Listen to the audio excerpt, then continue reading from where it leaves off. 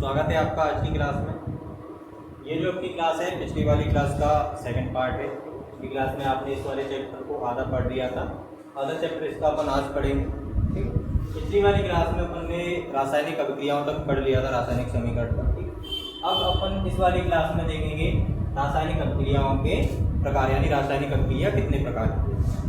तो आज की क्लास को करते हैं स्टार्ट, सारा समय ना लेते हुए। तो सबसे पहले अपन बात करते हैं रासायनिक अभिक्रियाओं के प्रकार की, कि रासायनिक अभिक्रियाएं कितने प्रकार की होती। तो रासायनिक अभिक्रियाओं में बहुत सारे प्रकार आते हैं, जिनमें से मोस्टली अपन कुछ जानते हैं संयोजन, वियोजन, विस्थापन, द्विविस्थापन, ऊष्माक्षेपी, ऊष्माशोषी, अपचयन, उपचयन, रेडॉक्स और भी आती हैं। ठीक है, जो अपनी होती हैं ऊष्मीकरण वियोजन वाली।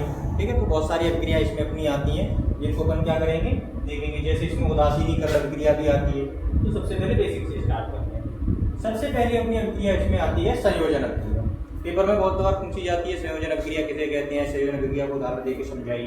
ठीक है, तो संयोजन अभिक्रिया की जब परिभाषा बनती है तो संयोजन अभिक्रिया की परिभाषा बनेगी तो अपन को पता है कि अभिक्रिया होती है किसके कारण, मतलब अभिक्रिया में भाग कौन लेता है, अभिकारक। उससे प्राप्त क्या होता है, अभिकारक को अपन ए, उत्पाद को बी से कभी कभी प्रदर्शित कर देते हैं। ठीक है, वैसे इसको पी से किया जाता है और इसको किससे किया जाता है, आर से, रिएक्टेंट एंड प्रोडक्ट। ठीक है, तो इससे समझेंगे अपन। तो जब दो या दो से अधिक अभिकारक, यहाँ पर इसकी परिभाषा लिखते हैं, दो या दो से अधिक अभिकारक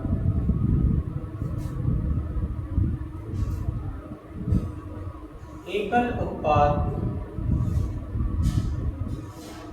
प्रदान करते हैं। यानी अभिक्रिया में तो दो या दो से अधिक अभिकारक भाग लेंगे, लेकिन जब अपन को उत्पाद मिलेगा तो उस उत्पाद में क्या होगा, एक उत्पाद प्राप्त होगा। जैसे यहाँ पर CaO और CO2 की अभिक्रिया हो रही है।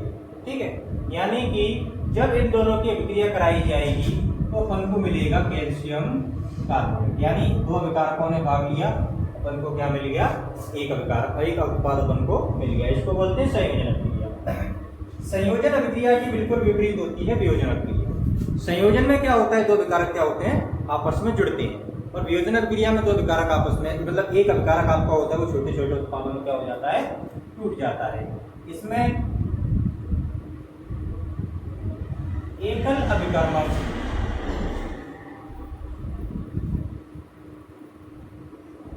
छोटे छोटे उत्पादों में टूट जाता है, या फिर टूटकर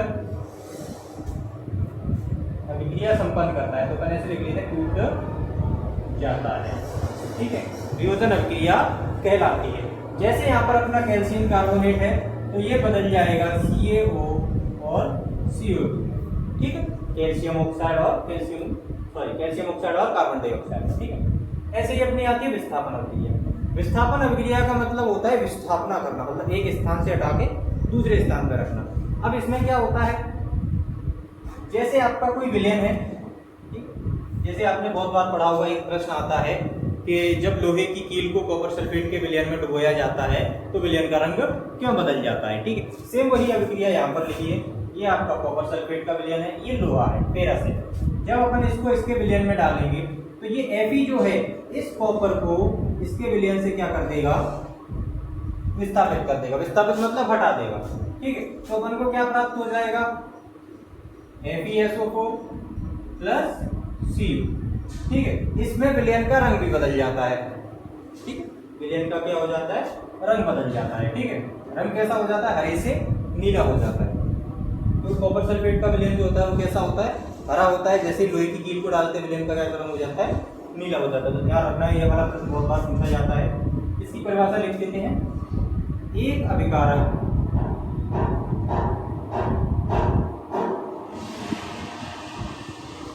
दूसरे अभिकारक को, ठीक है, या फिर बोल सकते हैं एक तत्व दूसरे तत्व को विलयन से विस्थापित या फिर विलयन से हटा देता है। ठीक है, एक तत्व दूसरे तत्व को विलयन से क्या कर देता है, हटा देता है, अपनी विस्थापन अभिक्रिया कहलाती है। ठीक है, ये अपनी इसकी अभिक्रिया बनेगी, Fe इसको Cu को हटा देगा विलयन से। प्रश्न अगर आए आपका तो लिख देंगे कि जब लोहे की कील को कॉपर सल्फेट के विलयन में डुबोया जाता है तो जो फेरस होता है यानी जो लोहा होता है कॉपर सल्फेट के विलयन से कॉपर को क्या कर देता है, हटा देता है। यही सेम अभिक्रिया अपनी कौन सी अभिक्रिया कहलाती है, विस्थापन अभिक्रिया कहलाती है। अब देखिए विस्थापन अभिक्रिया में क्या हुआ भाई, कॉपर आया, कॉपर ने लोहा आया, लोहे ने कॉपर से कहा भाई तुम हट जाओ विलयन से, मैं तुम्हारा स्थान ग्रहण कर लूंगा। कॉपर क्या हो जाता है, विलयन से हट गया। लेकिन भाई द्विविस्थापन अभिक्रिया में क्या, द्विविस्थापन अभिक्रिया में क्या होता है, तब तो अपना जो स्थान होता है वो क्या कर लेते हैं, बदल लेते हैं, एक्सचेंज कर लेते हैं। ठीक है, तो जैसे NaSO4 और BaCl यानी बेरियम क्लोराइड और सोडियम सल्फेट का आपका ये क्या है, विलयन है। अब इसमें क्या होगा, इनके मध्य क्या हो जाएगा, स्थान परिवर्तन हो जाएगा, यानी Na2Cl2 जिसको अपन 2NaCl भी लिख सकते हैं, प्लस यहाँ पर क्या हो जाएगा BaSO4। समझ में आ गया बच्चों। ठीक, इसमें क्या होता है कि एक तत्व दूसरे तत्व से क्या कर लेता है, स्थान बदल लेता है, यानी इसमें आयनों का आदान प्रदान होता है। भाई पहले वाले में क्या हुआ, Fe जो था ताकतवर निकल गया, उसने कॉपर से कहा भाई तुम हट जाओ, मैं तुम्हारी जगह ले लूंगा। इसमें क्या हुआ, दोनों एक बराबर के पड़ गए, उसने भाई मैं हट रहा हूं तो मेरी जगह तुमको बैठना पड़ेगा। तो भाई ये दोनों क्या कर लेते हैं, स्थान ग्रहण आपस में बदल लेते हैं, यानी इसमें क्या होता है, आयनों का आदान प्रदान होता है। ये अपनी क्या कहलाती है, द्विविस्थापन अभिक्रिया। पेपर में आ जाए तो क्या लिखना कि ऐसी अभिक्रिया जिसमें अभिकारकों के बीच आयनों का आदान प्रदान होता है। अब ये आयनों का आदान प्रदान किसके बीच होता है, ये भी ध्यान रखना, अभिकारकों के बीच।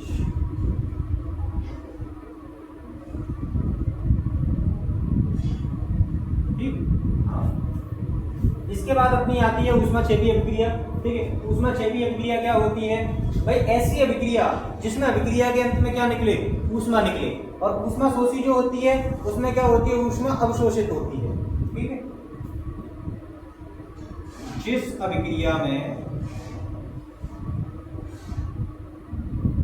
ऊष्मा निकलती है मीन्स उत्पन्न होती है। निकलने का मतलब यहाँ पर ये नहीं बाहर निकल जाएगी, उत्पन्न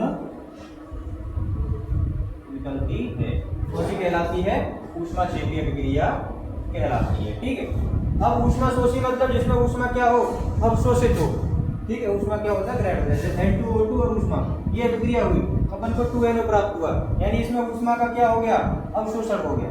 क्या हो गया, अवशोषण हो गया। ठीक है, ये क्या कहलाएगी, ऊष्मा शोषी, यानी जिसमें ऊष्मा का अवशोषण होता हो, कौन सी अभिक्रिया कहलाती है, ऊष्मा शोषी अभिक्रिया कहलाती है। अब आती है आपकी उपचयन। ठीक है, उपचयन को अपन बोलते हैं अवकरण। उपचयन को क्या बोलते हैं, अवकरण। बहुत सारे बच्चे इनके नाम में कंफ्यूज रहते हैं, कौन सा उपचयन है, कौन सा अपचयन है। ठीक है, उपचयन का मतलब होता है ऑक्सीजन की वृद्धि। उपचयन का मतलब क्या होता है, ऑक्सीजन की वृद्धि, और अपचयन का मतलब क्या होता है, हाइड्रोजन की वृद्धि। ध्यान रखना इसे, इसको अपन बोलते हैं रिडक्शन। क्या बोलते हैं, उपचयन को अपन बोलते हैं रिडक्शन, और इसको बोलते हैं ऑक्सीडेशन। ध्यान रखना, क्योंकि इसमें ऑक्सीजन निकलती है, इसमें हाइड्रोजन प्राप्त होती है। जैसे ये जो अभिक्रिया है इसमें Cl का क्या हो गया है, अवकरण हो गया है। ठीक है, इसमें क्या हुआ है, ऑक्सीजन निकली है। ठीक है, तो जिस अभिक्रिया में, यहाँ पर हम सिग्नल से बता देते हैं, जब आपकी अवकरण होगी तो हाइड्रोजन की वृद्धि और ऑक्सीजन की कमी, इनमें से कोई एक ही हो सकता है। ठीक है, और इसके अंदर हाइड्रोजन की कमी, ऑक्सीजन की वृद्धि। ठीक, एरो से आप समझ जाना। अब इन दोनों से कॉमन एक अभिक्रिया आती है, यहीं पे लिख देते हैं हम उसको, जिसको बोलते हैं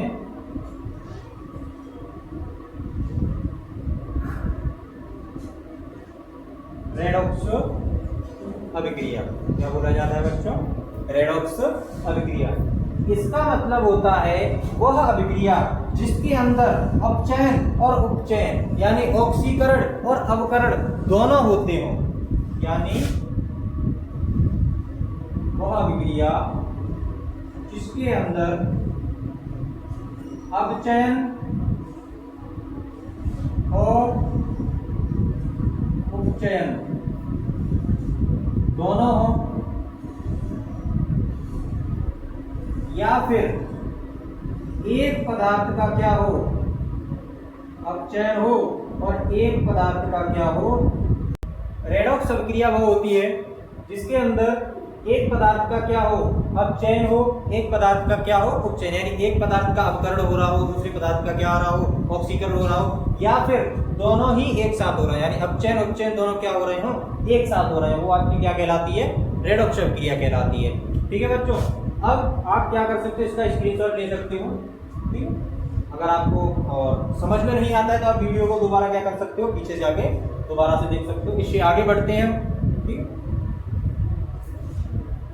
बेसिक चीजें इस चैप्टर के अंदर बची हैं, जैसे एक आपकी होती है अवक्षेपण अभिक्रिया।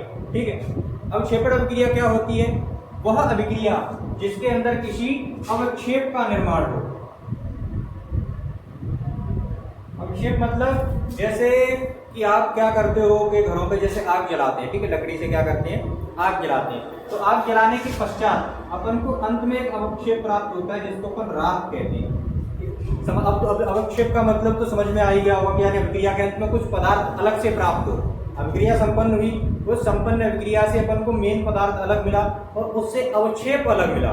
जैसे राख मिलती है ना अपन को आग जलाने के पश्चात, उसी प्रकार से अभिक्रिया के अंत में क्या मिले, अवक्षेप मिले, वो क्या कहलाती है, अवक्षेपण अभिक्रिया कहलाती है। एक और आती है आपकी प्रकाश रासायनिक अभिक्रिया। कौन सी होती है,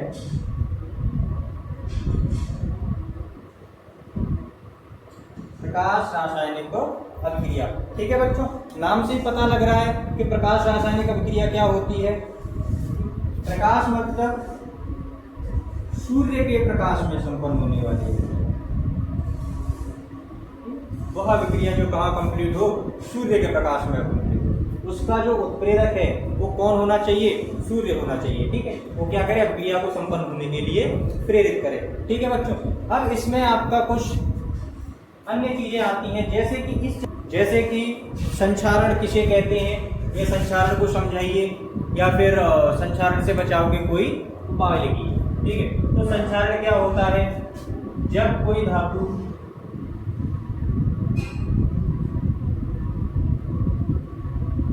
अम्ल,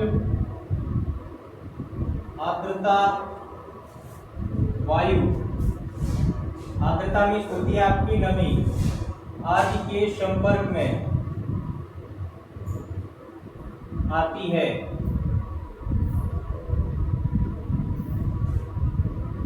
तो वह क्या हो जाती है, संचारित हो जाती है। ठीक है, अब संचारण का ही क्या है पार्ट, जिसको अपन क्या बोलते हैं, जंग कहते हैं। कि भाई जंग किसे कहते हैं, भाई जब संचारण हो जाता है तब उस पर जंग लगना प्रारंभ हो जाती है। जंग की लगभग सेम चीज बनेगी, जब कोई धातु अम्ल, आर्द्रता, वायु आदि के संपर्क में आती है तो वह संचारित हो जाती है। इसमें क्या कहेंगे कि जब कोई धातु अम्ल, आर्द्रता, वायु आदि के संपर्क में आती है तो उस पर, ठीक है, यहां तक आपका सेम रहेगा, तो उस पर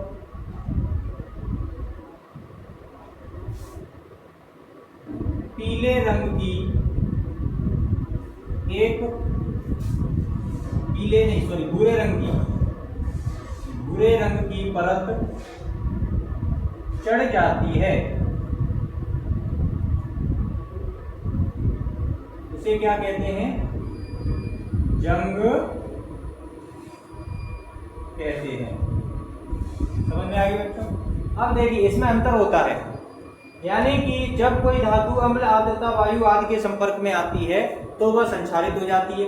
अब संचारण का मतलब बोले जैसे लोहे पर जंग लगना, ठीक है, संचारण का मतलब क्या होता है, लोहे पर जंग। ठीक है, दूसरा होता है चांदी पर काली परत। तीसरा होता है तांबा पर हरी परत।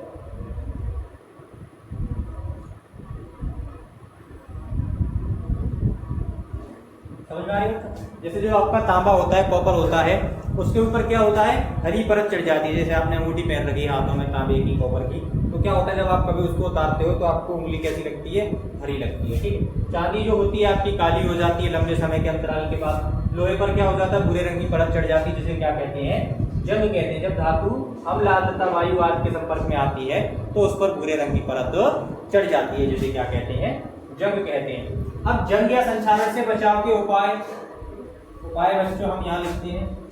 पहला होता है यसद लेपन।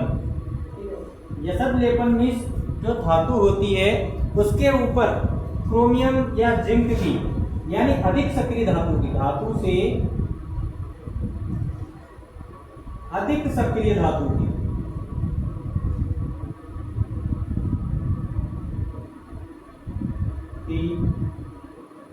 परत चढ़ाकर, जैसे कि क्रोमियम। समझ में आ रही है?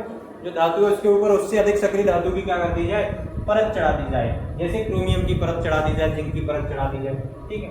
दूसरा आता है पेंट कर। ये आपका पहला हो गया। दूसरा हो गया पेंट लगाकर, वस्तुओं को क्या कर दिया जाए, पेंट कर दिया जाए। तीसरा होता है ग्रीस या तेल लगाकर, वस्तुओं पर ग्रीस या तेल लगा दिया जाए। काला ऑयल लगा देते हैं, कभी ग्रीस लगा देते हैं, जिसको उस पर क्या नहीं हो, जंग नहीं हो। ठीक है। विद्युत लेपन भी होता है। ठीक, क्या होता है, विद्युत लेपन।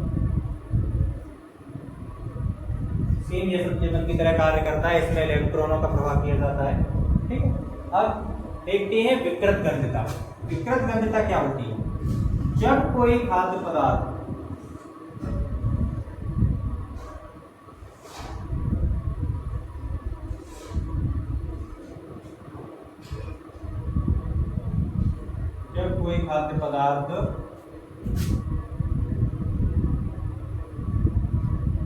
नमी व वायु, ऐसे लिख सकते हैं, जब कोई खाद्य पदार्थ लंबे समय तक वायु व नमी के संपर्क में रहता है तो उसकी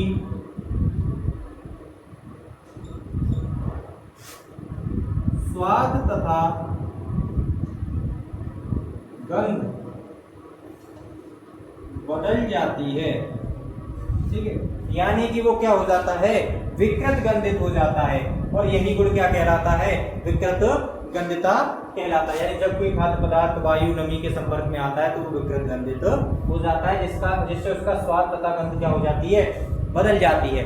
इससे बचाव के उपाय हैं आर्द्ररोधी बर्तन,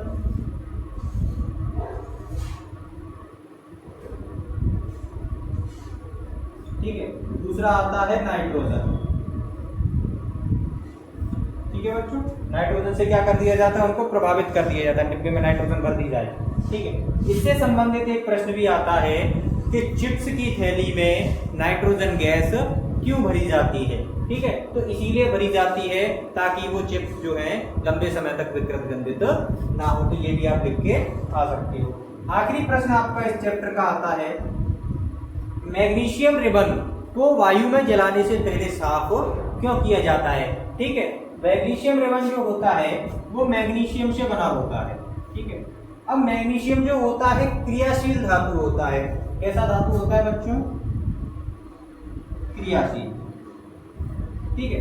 तो मैग्नीशियम जो होता है क्रियाशील होता है, तो ये क्रिया करता है ऑक्सीजन से। वायु में उपस्थित किससे क्रिया कर लेता है, ऑक्सीजन से क्रिया कर लेता है, और खुद के ऊपर मैग्नीशियम ऑक्साइड की क्या चढ़ा लेता है बच्चों, परत चढ़ा लेता है। जैसे ये जो मैग्नीशियम है O2 से क्रिया करी, इसने क्या बना लिया, NGO बना लिया। फिलहाल ये रासायनिक अभिक्रिया संतुलित नहीं है, ठीक है। संतुलित करने के लिए क्या करना पड़ेगा, यहाँ पर 2 लगा दीजिए, यहाँ पर 2 लगा दीजिए। मैग्नीशियम ने क्रिया करी वायुमंडल की ऑक्सीजन से और परत चढ़ा ली मैग्नीशियम ऑक्साइड की। तो जब अपन इसको वायु में जलाते हैं, ठीक है, मैग्नीशियम लेवल को क्या किया जाता है, वायु में जलाया जाता है। उससे पहले इसको रेत पेपर, इससे बच्चों रेत पेपर, जिसको सैंड पेपर बोला जाता है, आम बोलचाल की भाषा में इसको अपन रेगमाल या रेतमाल के नाम से भी जानते हैं। बहुत सारे लोग अलग अलग नाम से प्रोनाउंस करते हैं, बट इसका शुद्ध नाम होता है सैंड पेपर या रेत पेपर, ठीक है। रेगमाल भी बोलते हैं अपन इसको। इससे क्या किया जाता है, इसको साफ किया जाता है, जिससे ऊपर इसके जो ऑक्साइड की परत लगी रहती है वो क्या हो जाता है, हट जाती है, और ये क्या होने लगता है, जलने लगता है। ठीक है बच्चों, आज की क्लास जो है आपकी यहीं पे खत्म करते हैं। इसका ये जो आपका पूरा चैप्टर क्या हो चुका है, खत्म हो चुका है। आप इसका भी क्या कर सकते हो, स्क्रीनशॉट ले सकते हो, ठीक है। अब इसके बाद आपका आएगा चैप्टर नंबर 2, ठीक है। उसकी भी वीडियो 1-2 दिन में आ जाएगी, ठीक है बच्चों। आप अपनी तैयारी करते रहिए, बोर्ड एग्जाम जो है आपके बहुत ही नजदीक है, ठीक है।